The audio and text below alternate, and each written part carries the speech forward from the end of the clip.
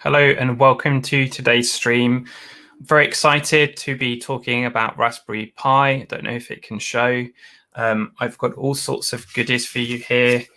Clusters, hardware design. I'm going to be bringing on Ivan in a second, and he's going to tell us all about his cluster blade. He sent one to me, and I've been running it for a few weeks at home. I have an inlets tunnel. You're going to be able to access it. We'll talk a bit about clusters, how to build one, what Ivan's been up to. So without further ado, let's get him on. And also there's a promotion today. What you're going to be able to do is if you can guess the uptime of his Uptime Blade, I'll send you a free code for my ebook. And you can pick any of the ebooks you like, 100% off the cost. So let's see if we can have a bit of fun today. Ivan? Hi, Alex. Thanks for inviting me. And hi, everyone who watches us. It's a pleasure to be here, and I really hope to answer all your questions. Yeah, we have so much to cover today. I think it's just going to be a case of what can we fit in. So if we start at the beginning, you work at JetBrains, is that right? Yeah, that's right. I work as a systems engineer. I'm working for 3 years in St. Petersburg, and then I moved to Munich and have been here for 4 years already. So, and should I talk more about that? Well, definitely. Yeah, I hope we'll get into a lot of the details there. So you're a systems engineer, you're at JetBrains, you're now in Munich. Obviously, you grew up in Russia, and you were telling me before we came on that you were about 15 years old, and suddenly you sort of had this opportunity to learn about hardware design and build things. What was that like? Maybe I should talk more about my position. It's because I think name of this position don't really describe what I do. Yeah, tell us, what does the position mean? What do you do on a daily basis then? Yeah, in Munich I'm responsible for the IT, and I buy hardware, software for users. I help users and manage some services in the company. But luckily I work in a team, so often I have time for side projects. So I would not tell you about all of them, of course, but for example, Upberry, which I created as a replacement for Chromebit. You know what it is? It's like a device from Google for displaying different content on big screen. Yeah. So we're calling that Chromecast. No. Chromecast. Chromecast is like for usual users. It's like around tablet. I have no idea. Yeah. A Chromecast is you plug it into the TV and then you can stream from Chrome. But Chromebit is like more enterprise device. You can manage it from central admin panel. But unfortunately, Google closed this project, and all devices don't support anymore. But the license still costs about 150 euros per year for companies. That's why I decided why not to use Raspberry Pi. I started from Raspberry Pi 4 and then realized that it's easy to build the fully functional device like this. So what would an enterprise company use this for? You said, you guys were customers, you used to pay for this thing. Google, killed by Google is a Twitter account. If anybody's not aware of it, everything that they've killed off that they built, Google Reader, rest in peace. So what does this software do? Why would you use it? This is not for users. It's for internal use only for displaying different content on a big screen in the rooms, in cutting area, in launch areas. We have like TV. I have in the room, and like digital signage. Sorry. Digital signage is called, like a kiosk. It might show Grafana dashboard or the latest tweets that have come up. That's what I can see on my dashboard in IT room. Grafana. I remember doing that when I worked at ADP, and I was trying to get folks up cloud natified. I was trying to get them interested in Jenkins build results, etc. And so I built a Grafana dashboard, bought my own Raspberry Pi in, connected on the network, ran headless Chrome, had it start on reboot. It was a very fun project, and people could walk up to it and say, well, why is the build broken? Why is that red? Yeah. So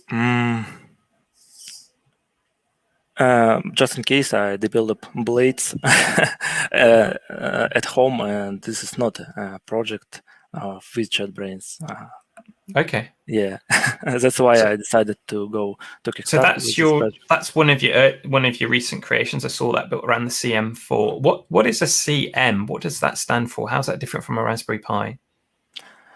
CM, it's like compute module, but the specifications are really the same. Yeah, it's like what you show. It's a I/O board. Yeah. I/O board.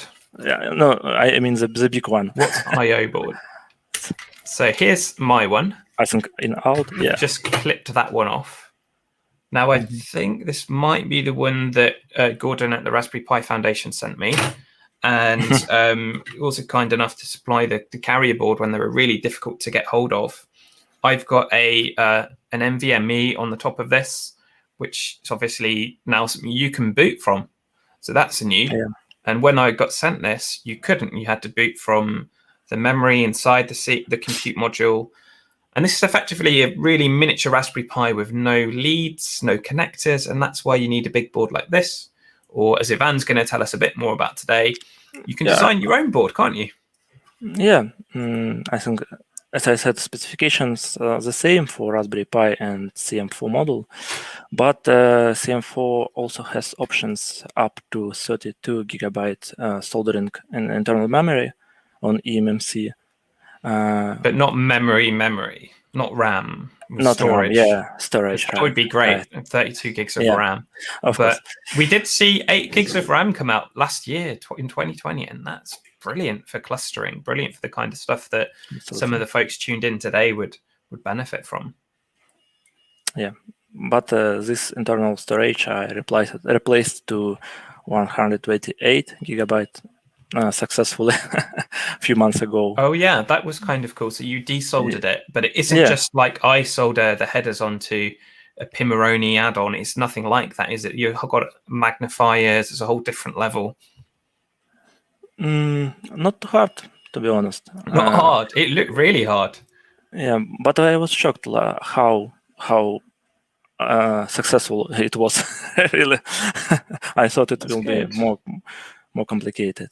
So, now, one of the things that you told me about was that you had this design that you were inspired by. Part of your early journey was, you were also interested in Raspberry Pi clusters, but why was that? You mean in my raw work? Why? How it started? Yeah. Now, the name of your one was something like UpLab. Was it UpLab? It's my site, yeah. It started like a hobby, but now it's something. If I was on Google, then here's your picture from earlier. I'm going to put this on the screen for everybody. Some of you will have seen this, either because I retweeted it or maybe you're following Ivan already, but tell us about this. It looks amazing. What is it for? Why did you make it? That was made for our internal purposes for continuous integration and development as part of TeamCity server. Maybe you know this product. I haven't used it. Has anybody in the comments used any JetBrains products? I know Goland, people are very interested in Goland for their Go development.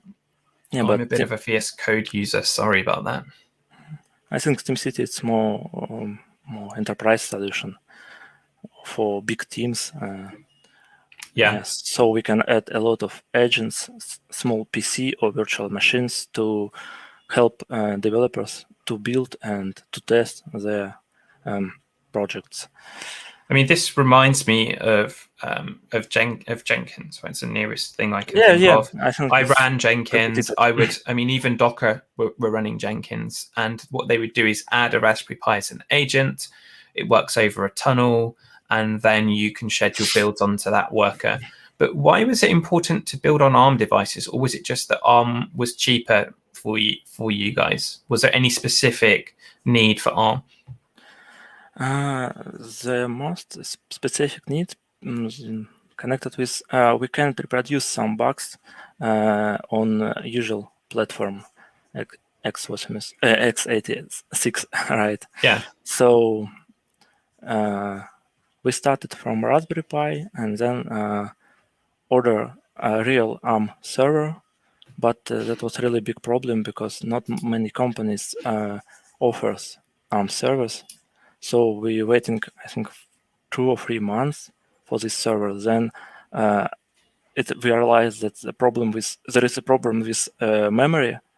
I mean, not no memory on server. It's a problem with motherboard of the server. So we replaced it and got a new one only in, I think, in half a year after. Oh, goodness. You know what you should have done? You should have got in touch with me because Equinix Metal, my friends of mine, also clients, they have loads of different ARM servers available for rent by the hour.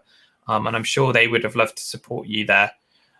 Rambling Geek, I'm not sure what your real name is. The things Ivan has been doing are truly inspiring. I think I would second that. That's why I've got you on today. Noel has told us that the KiCad models are available for designing your own CM4. Is that your own CM4 or your own CM4 carrier? You have to let us know which that is. And we have Johan as well. Johan is definitely a big kind of clustering guy. He loves Nomad, K3s, the works. Definitely someone to follow. He had a really good blog on Quake on the Raspberry Pi, and then we exposed it over an inlets tunnel. He and I were playing together over the internet. So yeah, you can use Raspberry Pis for work. And I'm glad that you've explained this use case, because basically that is what I get asked. And I don't know if you get asked the same, is why would I want a Raspberry Pi when I can have a proper server?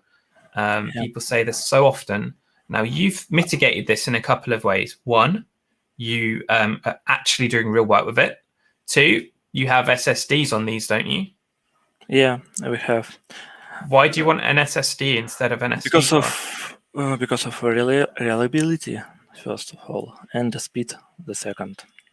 And then I'm sure that is a PoE sticking out there on 01. Power over Ethernet. Is that right? Oh, okay. We use PoE HAT for Raspberry Pi. Somebody asked me in Twitter, I said, oh, we're going to talk about PoE and CMs. And he said, what are those? What does that mean? What is power over Ethernet? And how's that different from USB-C?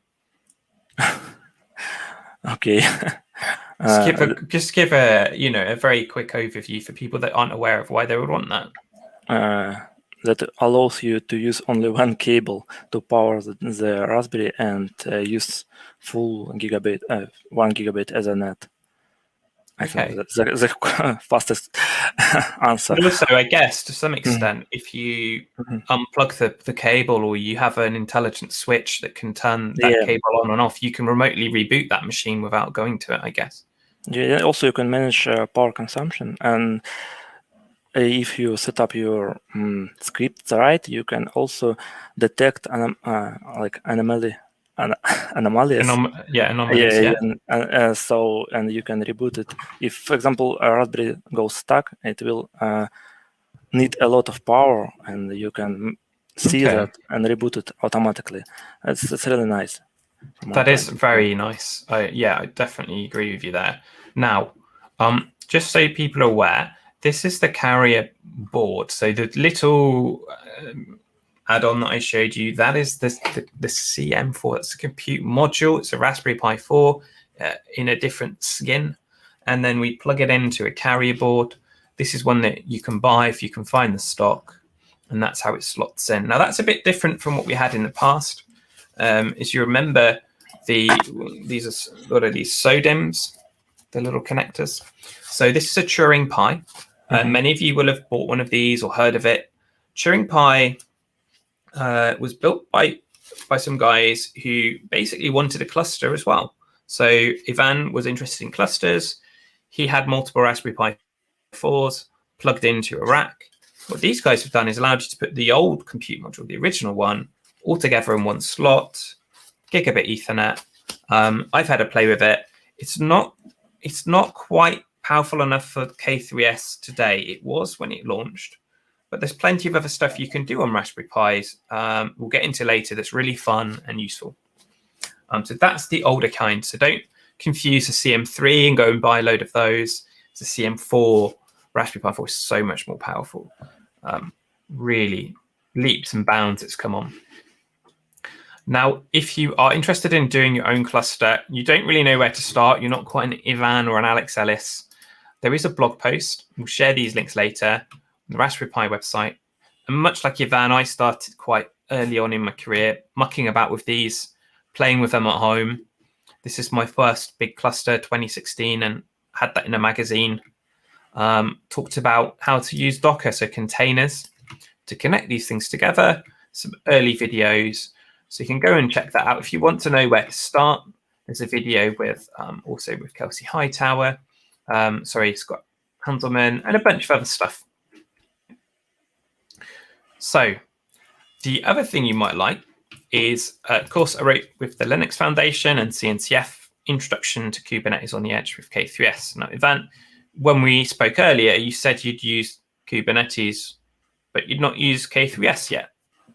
Not. I used the K3s, like K8s, full Kubernetes. Yeah. That's how I started. This is actually a free course people can take online.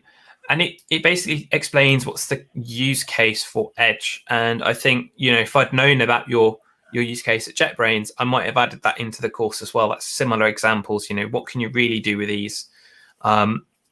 What system on a chip? Someone asked here, what's the difference between an Intel NUC and a Raspberry Pi? Well, this will tell you.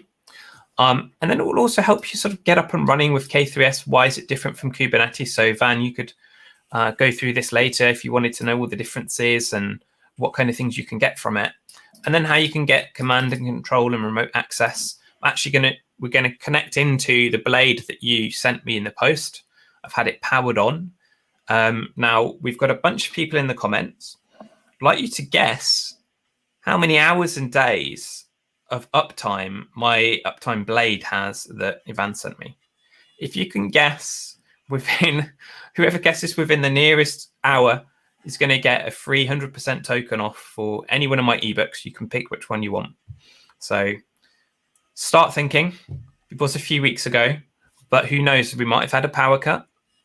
If you're very clever, you might find a tweet that has a link to an inlets tunnel where you can find the exact time, but I'll say no more.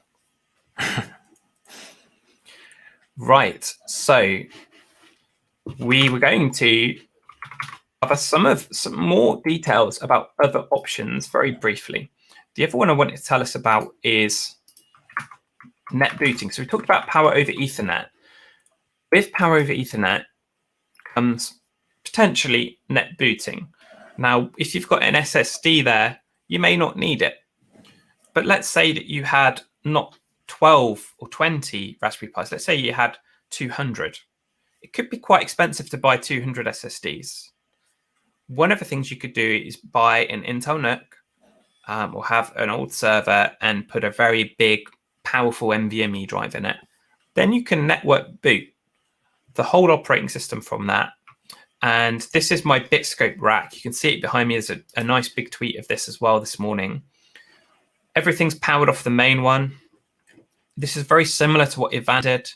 And if you want to know more about it, you can find that on my blog. It also explains what network booting is, all of the essentials there. Have you tried network booting yet? Me? Yeah. yeah, I have tried, but we met some problems as far as I remember. Yes. Yeah, but I can't remember what the problem was. Really. At the moment, maybe this workshop would help you. Yeah, basically, I have the access, by the way. People can go and get a copy of this. If you're the person that guesses to the nearest hour, you'll get a copy for free if this is what you want. There's an introduction video as well. So just type in a comment of how many hours you think the server's been up. Okey-dokey, right.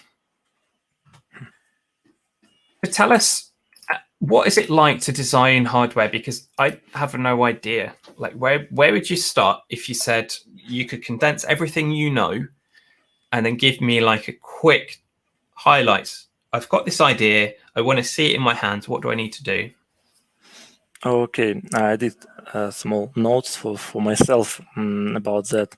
So first of all, I think it's good to understand if you need to design the hardware at all. Maybe there is something that fully suit you and everything will work fine with something you can buy, because usually developed by yourself, it's like takes a lot of time and sometimes money. Yeah. So, and if you decided to make hardware, so first of all, read the documentation of the main part. In our case, it's Raspberry Pi CM4.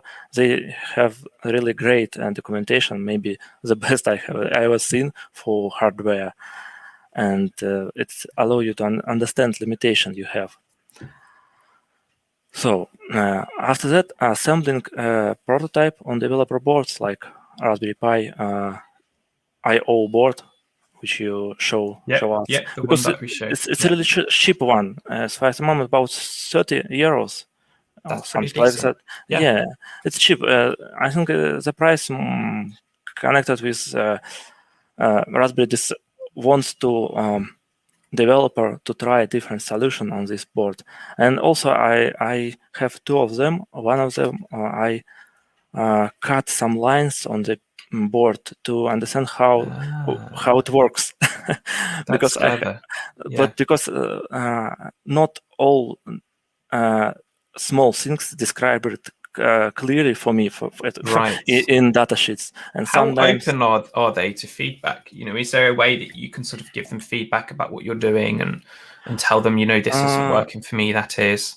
when I did this case, do you remember this one?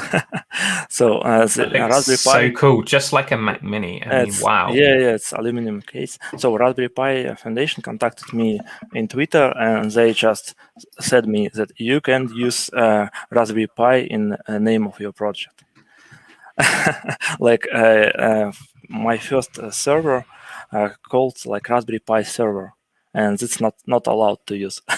So they just let me know how to You use get a polite the name email. and right. Please, could you find a different name for this? Yeah. Yeah. And then if you carry on with that, eventually they will get sort of slightly stronger worded, I imagine. But that looks like they like what I do. So, yeah. Brilliant. Yeah. So we have the idea. What software can you use to draw these diagrams and schematics? And is there something that you prototype with and then give to a company to send you a red board, or what happens? I started from EasyEDE. It's software for develop PCBs from What's the Chinese software company. called? It's Easy PCB. It's Easy from PCB. Yeah, it's a GLC PCB product, online software. But from my point of view, it's not suitable for Raspberry Pi because it doesn't work correctly with PCI Express lines and USB lines. I mean, high-speed lines. So that's why I switched to KiCad. It's very popular and yeah, that KiCad was the one that Raspberry Pi. Noel was saying they've released the designs. Yeah. So I guess, can you take that and then move things around, drag and drop, and take stuff away? That's what I did. I just used I/O board as a reference, and then created my blade in KiCad. You can download a whole I/O board, like schematic and PCB. It's a 4-layer PCB. It's really great that they shared all these documents. But I think, but now probably the most popular is Altium Designer. It's another software which I didn't use yet, but more and more people around me here's something that we didn't talk about earlier. Could you show us a design in that program? Could you open it and share the screen and show us? Do you think you can say no if you're not comfortable? Let me check. I'm not sure if I have in this PC. I wasn't ready to this question. I know. I just thought I'd throw a curveball in there since we've got you with us. I can show you design of my blade because I work on it at home, but it looks like I have original I/O board on my PC. Whatever you can show us, it'd just be interesting to get it up. Now, who in the comments has built a Raspberry Pi cluster or run K3s on a single Raspberry Pi? What did you do with it? I think a lot of the time it's kind of satisfying just to do it. You don't even have to keep it online for 10 years, right? It might just be that you set it up, you have some fun, you learn some stuff, you tweet about it, you do a blog post, and just gathers dust for, until you eventually have to upgrade or throw it out or whatever it is. I think that's okay. If you have fun, if you're learning, this stuff is very addictive. So what you can do is share screen, and then when you've got it, I'll pop it up for us. You can do the whole window or the whole screen. It's up to you. Sorry, I didn't find it, but I downloaded it, and we can see it like how it looks like from the site and directly from the site. Give me 1 minute more. Sure. Now I know that Johan, if you're still there, I know you've done Raspberry Pi clusters. You've run Nomad, K3s. You've played with Ketchup. Still on. Who else? Okay, well, if you haven't, are you thinking about it? And what questions do you have? Because Ivan's board, when it's ready, is going to be a great place just to run a single node Kubernetes cluster or run a microservice. If you build one out in Go, just run it natively on there with systemd. We've got Mako. He's got Raspberry Pi on his K3s and cross-plane. Good stuff.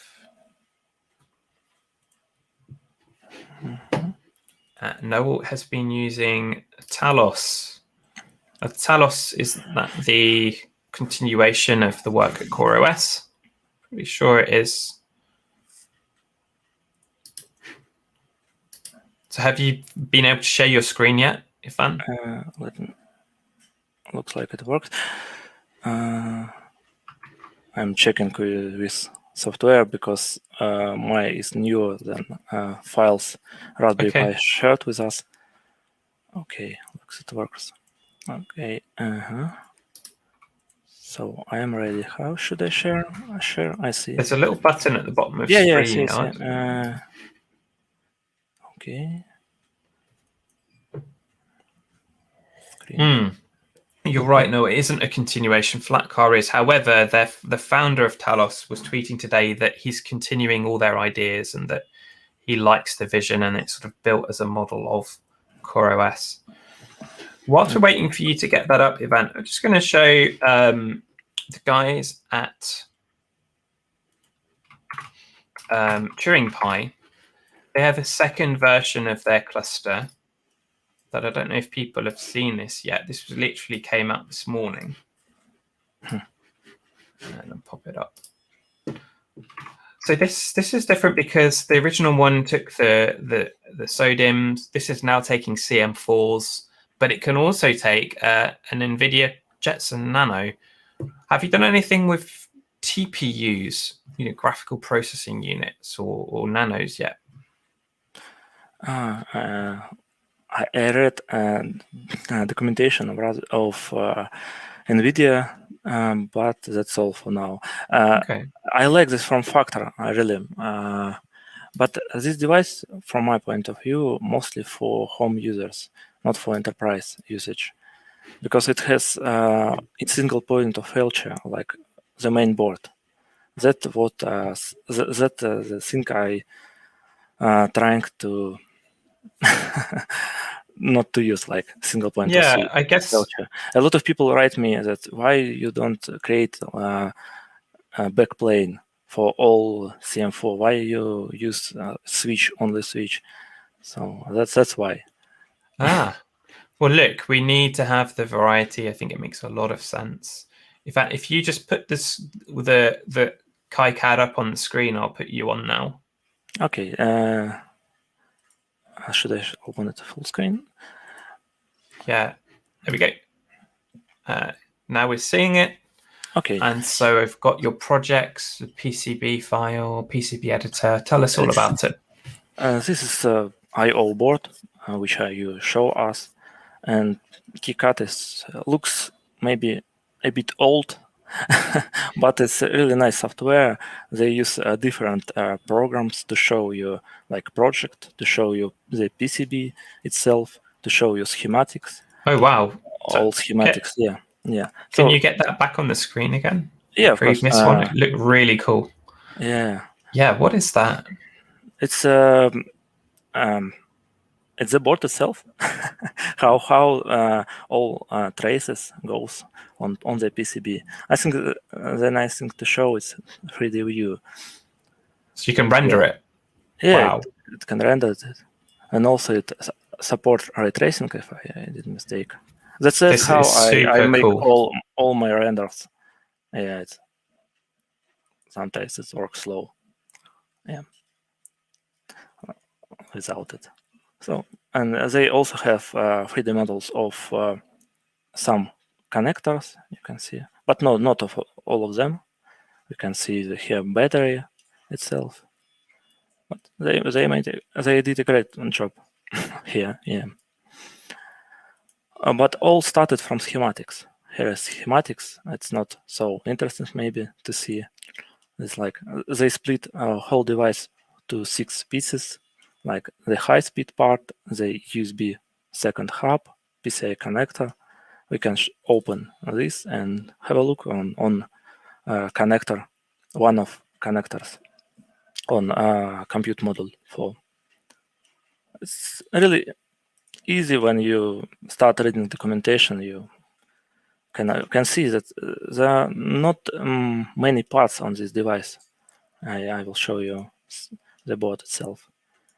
So all this part are power supply to allow you to use 12 volts input.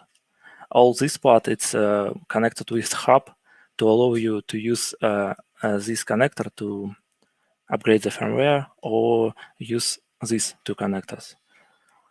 So really you can use CM4 without all these additional details.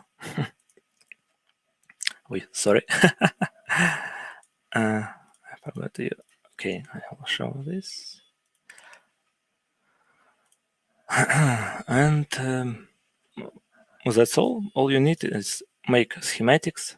And also why I use I/O board as reference, because they do a great job to create all requirements for tracks. Like you can see here, it's I can use lines from net class. That means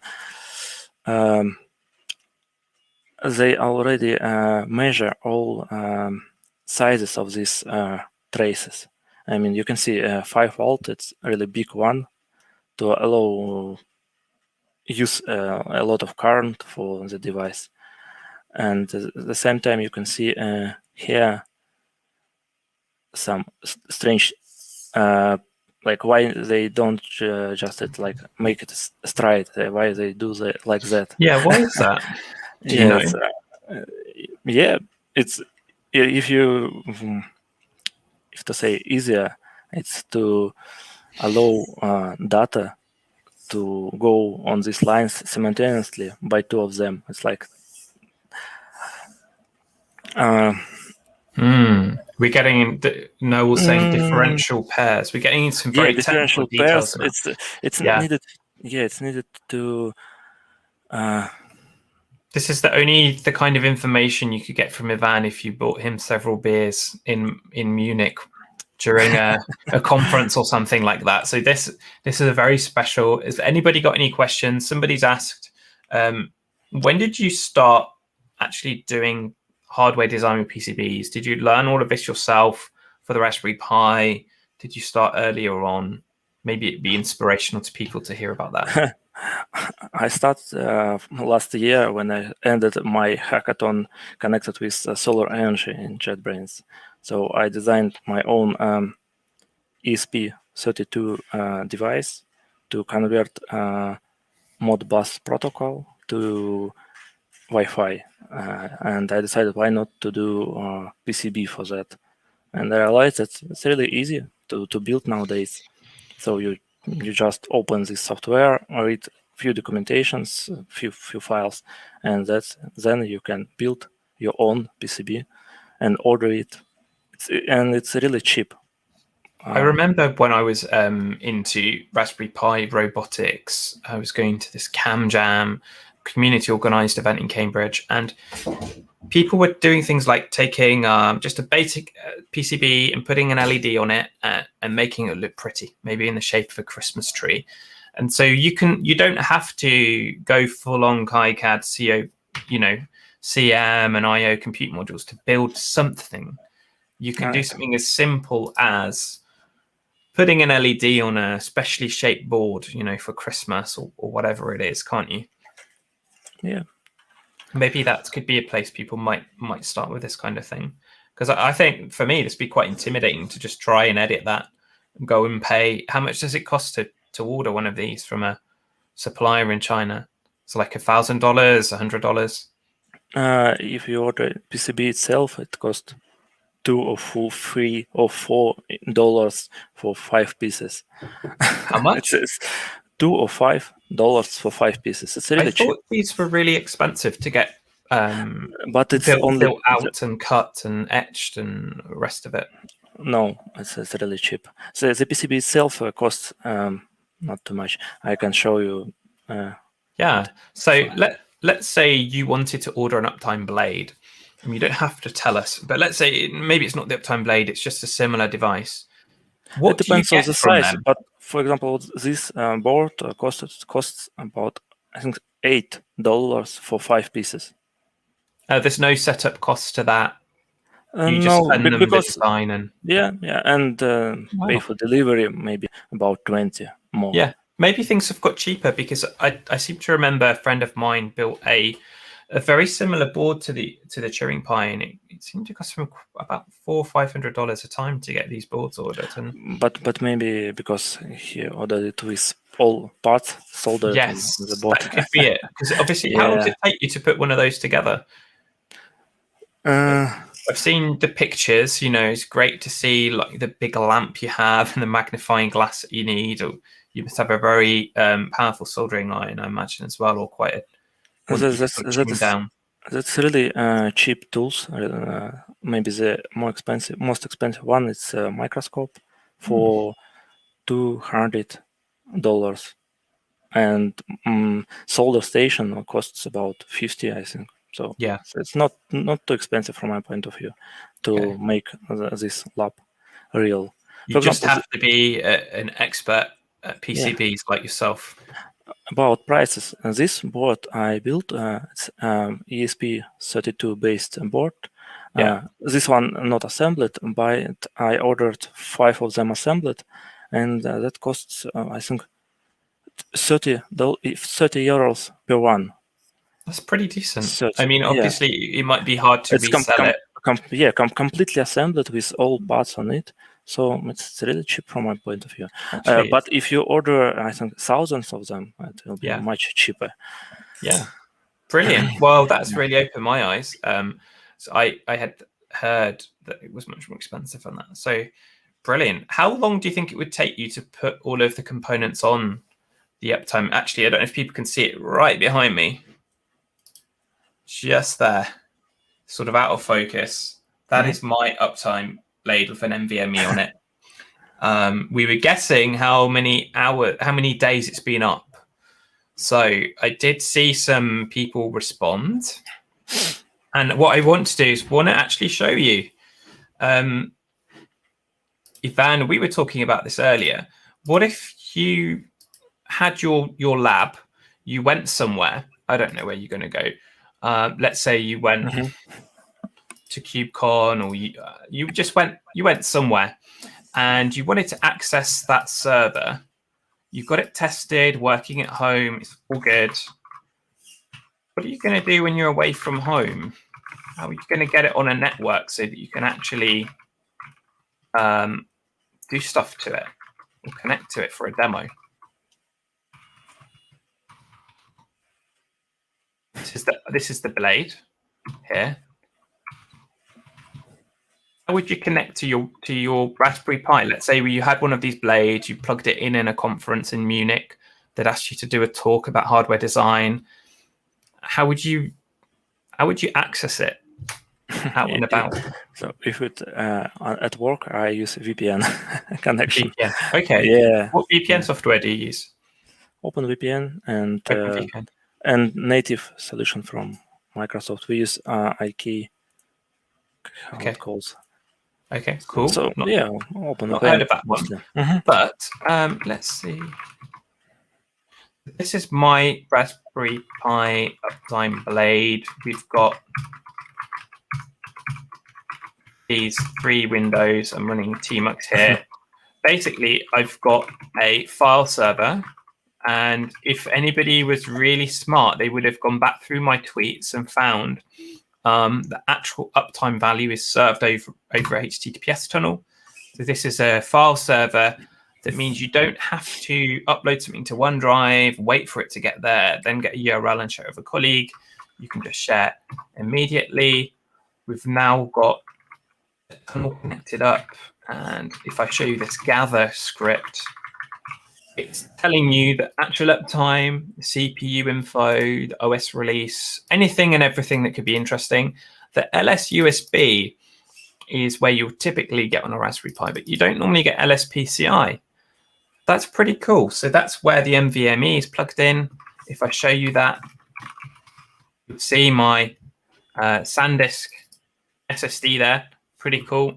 Everything else on here is quite standard. So if we run our script, we're now collecting metrics. And I'm going to go to the URL. Uptime, OpenFaaS IO. Just have K3s, we've got O6S. And you can see accessing over the server just like that because the tunnel is up. Anybody, anywhere in the world, including you guys on the stream, can connect to this and you will be able to see it. So if I put it in chat, let's see if somebody can connect to that and we'll see the message pop up at the top here as soon as you're connected. There's one person, 2. So remember these statistics actually being gathered by that script. You can download the script if you want. If we go into the stats folder, we've got the free memory, live. If I want, I can set up the tunnel to expose SSH. Instead of using a VPN, I can go in SSH into this. I can run VNC and get remote access. So here's the uptime.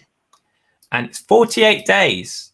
So I think the person, as I look back on the comments, and we may have to have an adjudicator here, it would be Stefano Lottini, who said 40 days. Somebody also said 333 hours. How close is that? 13 days. No, you were way off. So it looks like, and I don't mind someone contesting this if I've missed your message, Stefano is the one who got the free ebook. So congratulations. Now, this is a kind of fun thing that you can do with Uptime Blade. You could actually, we're running it as a file server. What else can we do? Well, we could install K3s on there. So very much aware of K3s, a big proponent of it. Johan and some of the others that are tuned in here as well. And this is the lightweight Kubernetes. There's the course you can go off and learn about.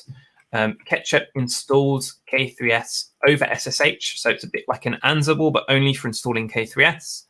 But the neat thing is once it's installed, it comes back with a kubeconfig that you can use immediately. So you don't have to log into the Raspberry Pi. Ivan, you talked about single point of failure. We don't want that in an architecture.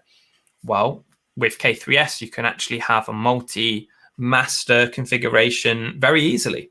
So we could have 3, 5, 7, an odd number. So we've got what's called a quorum of servers. They'll all talk to each other. If one goes down, they'll figure it out. They'll continue running. And then we can use something like an inlets tunnel with K3s, or like I've got here just on a regular computer. And we'll be able to access and serve traffic to users. So it might be worth having a look at that next.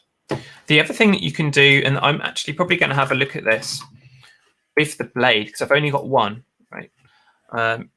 You sent me this neat carrier that can take at least 4, I'd say, but I don't have 4. I've got 1. And what can be useful for that is FASD. Many of you will know me for OpenFaaS, a way of running microservices, functions, automation tasks, cron jobs. It uses containers, but instead of being full fat OpenFaaS on Kubernetes, it's really specialized to run on a single VM or host. There's a book that tells you everything you can do with it. It's free as well. And so I think I'm going to install that on the Pi later on. And then I can, in the same way, set up the tunnel. If I want to get a webhook, when I sell a book on Gumroad, it will come to that, will inform me, etc., etc. So that is the uptime. And I don't know, is there anything anybody wants to see here? We've got our free memory. This is a 4 gig model. I say the other one I have, I think, is an 8, so I could potentially swap them over. We have our bulk devices, standard SD card. Well, in this case, not an SD card, it's MMC. And then we've got the really big drive there. It's not even mounted yet.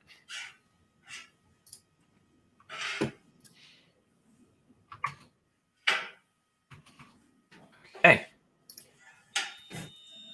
That was a whistle-top tour of the Uptime module. What else can you tell us about it? Because I know it has some pretty special features. Jeff Geerling has done an in-depth review on it. He mentioned the TPM. What is a TPM? Why would I want one? It's so with TPM model, it's a trusted platform model. You can store sensitive data on each, such as cryptographic case, and data will be protected by the TPM hardware from unauthorized access and manipulations. Another basic feature of the TPM is that it can function as a starting point of establishing a root of trust, like for secure boot, which allows the detection of unauthorized access, modifications of a platform or software. But unfortunately, Raspberry bootloader doesn't support the secure boot at the moment. I believe that if there are many devices with TPM or for CM4, then Raspberry can add this feature. I mean, secure boot. Why not? And security is what the Raspberry lacks to become the true enterprise solution from my point of view. I mean, it could happen if you look at what they've done. Yeah. They've added the NVMe boot. Right. They've doubled the RAM to 8 gigs. Who knows? I mean, at that point, what else would you need to make it truly an enterprise solution, do you think?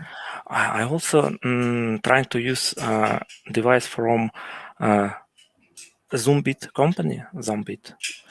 I talk with them after my tweet. I just looking for all secure features for Raspberry, which I can find on internet, and only TPM and Zoombit. That's all I found.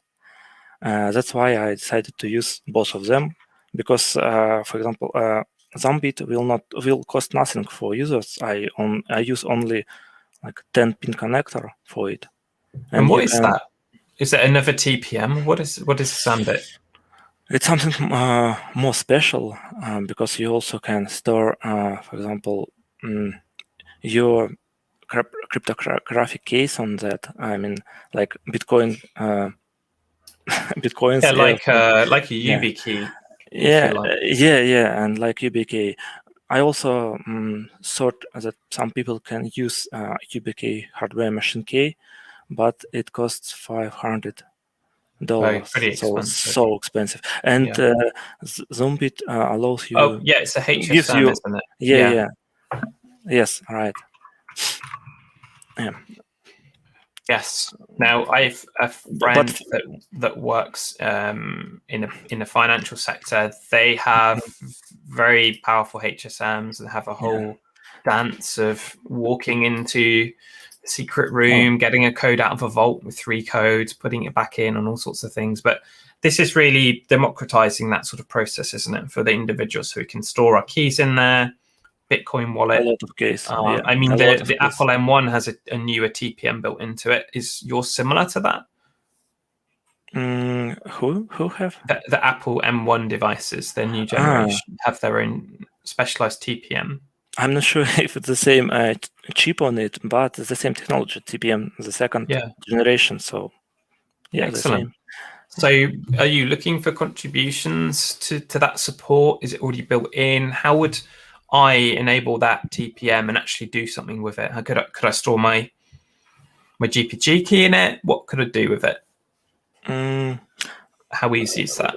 There is documentation, a lot of documentation about that. So it's not something special that I designed by myself completely.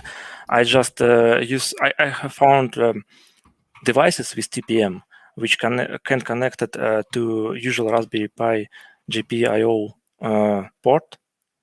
And then I just remove port, remove extra components, and put TPM directly on the board. That's all. That means you can use all documentation you can find about this model, about this chip.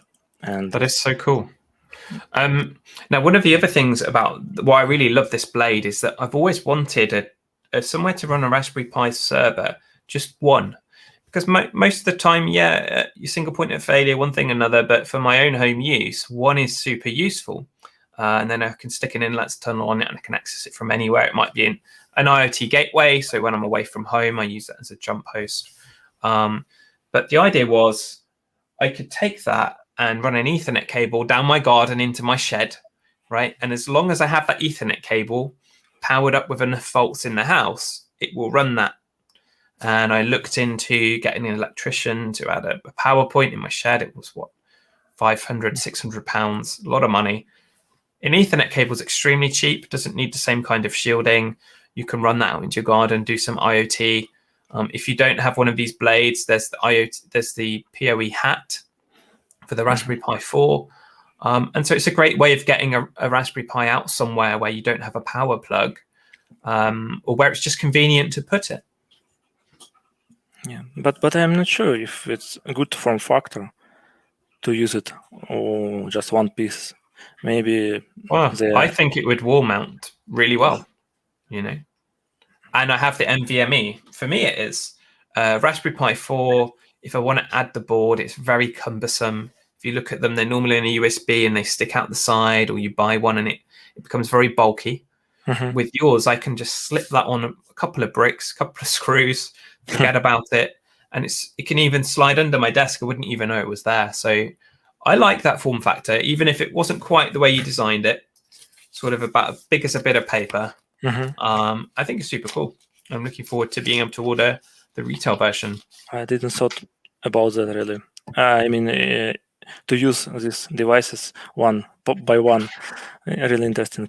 I mean, have you sort of heard of the IoT movement, where companies like Belena, used to be called Resin, would take the lock for your office at JetBrains, program your blade, and it will become a smart lock. So you walk up to it, maybe you put a key fob there, it goes into the TPM to verify it for the train of trust, opens the door for you, etc. I mean, have you thought about IoT at all?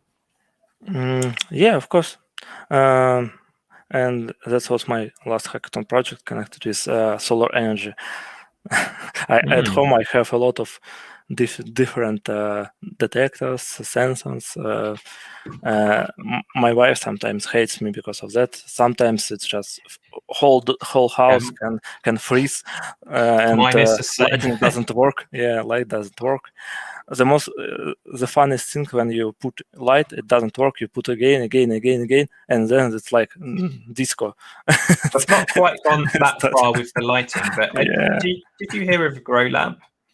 Yeah, I remember this project. Yeah, great project. So I just decommissioned my GrowLab and I cleaned the window and polished it off for my wife. She's very happy now not to have that on the windowsill anymore.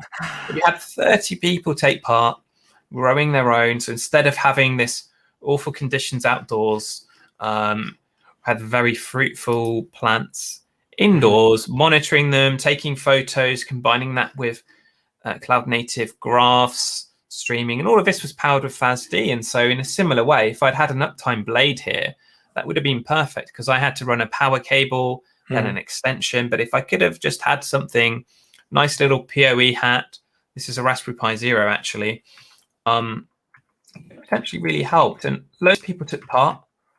Going to be giving out prizes for this early October, which is the final submission date. So if you're doing one of these, you have to get your video started very soon if you want to participate. Very fun. Definitely something for people to go away and have a look at.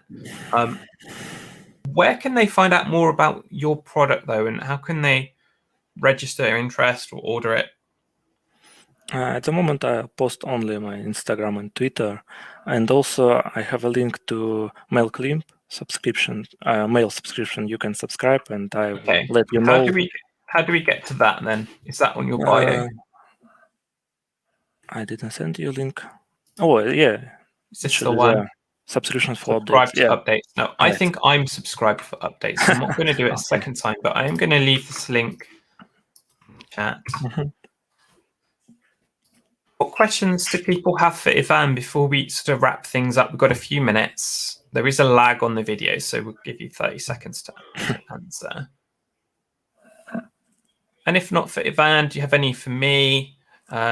This week, I do actually have my own offer on as well. If you use code microservices, you can get $15 off any of my ebooks. Obviously, Stefano is going to get one completely free because he guessed the uptime correctly. But use the code microservices, and that is openfaas.gumroad.com.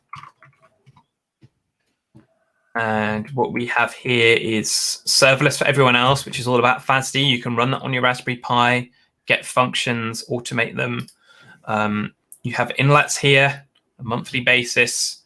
The net booting workshop that John is running, he said he's got 12 Raspberry Pis. He's running all sorts of stuff on here, net booted. Thanks, John. And then Everyday Go is my latest one. This is a great way to sort of learn how to program in Go, but also do useful things. So make your own CLI. Do you do any programming, Ivan? I use Python for programming, and that's a really long story. Okay, maybe that's for another time then. No, in 2 words, it's like I decided to learn Python, then I decided to make a platform for that. Then I decided to use Kubernetes, and then I decided to make this cluster for Kubernetes. But it all started from Python. Okay. Well, Python is a great language for the Raspberry Pi. But if you're interested in Go, this is a great introduction to unit testing, Prometheus metrics, Go routines, some really fundamental stuff. But it doesn't start at this is an if statement. This is a while loop, and it's not 800 pages long. Some pretty decent reviews of it. So as I say, this week, all of my ebooks, $15 off, all of them. Now, a couple of questions are, do you think you might do a performance comparison? What is your take on that? Performance comparison, what about what? Yeah, that is a good question. So, Michael, do you want to answer? If you answer that, we can get a message back to you. How do we back up our home labs? Well, I'm sure somebody in the comments that's listening could answer that. There's a number of solutions. One of the ones I've been working with recently is Restic.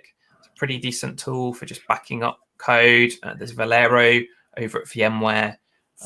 You have Kasten or K10, client of OpenFaaS Limited. That's a really interesting tool. There's a free tier to that. Just Google Kubernetes backups and you'll find a ton of stuff. Yeah. Any news on the CM4s? Don't share anything confidential, but I'm not aware of anything. I have no idea. Keep looking, Ian, I would say. There are about 4 or 5 websites, if you're in the UK, the Raspberry Pi Foundation list, including some smaller companies. I'd just go ahead and look at them. That's what I do. Just keep looking every few days. Sometimes a stock comes up. It's a good place to get it. Yeah, that's how I bought it in Germany. Looks like we've got somebody wants to be your beta tester. Oh, a lot of people want to be my beta tester, but I have only 1 or 2 devices, and I assemble it by myself. It takes about 3 or 4 hours to assemble one blade, so it is not yet.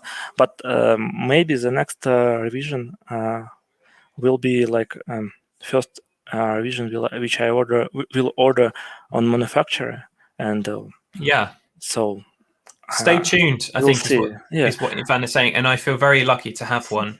And I love it. It's going to get something else put on it now. Now that it's done that long-term test for you, 48 days of uptime, no crashes. We're talking about distributions here. Ola, all of them work. It's just a normal Raspberry Pi. But if you look at my blog post on Raspberry Pi clusters and net booting, it will explain the different options that you have between 64-bit, 32-bit, what are the pros and cons. Best place for you to go would be self-hosting Kubernetes cluster, blog.alexellis.io. And you can find out everything you need to know. Brilliant questions. I don't think we've had so many questions before. And I guess what we're going to have to do is wrap it up there, because I know that Ivan is a busy guy. He's got work to do, as well as all of this fun stuff. Yeah, hackathon stuff. Yeah, this day. Today. So thank you so much for being here. I've really enjoyed it, and I've learned about KiCad. I learned from the comments, from people messaging here. Do go out and get that money off my ebooks if you want them. Stefano, I'll get you hooked up. And I guess now it's Mercole or Mercule on Twitter for Ivan. Go and follow him. You probably follow me already. Subscribe if you haven't, or if you're watching this on the replay, subscribe. Then you'll get announcements of new streams as and when they become available. All right. So Ivan, if you stay on, what I'm going to do now is play the outro music. So thanks, everybody. It's been really great having you.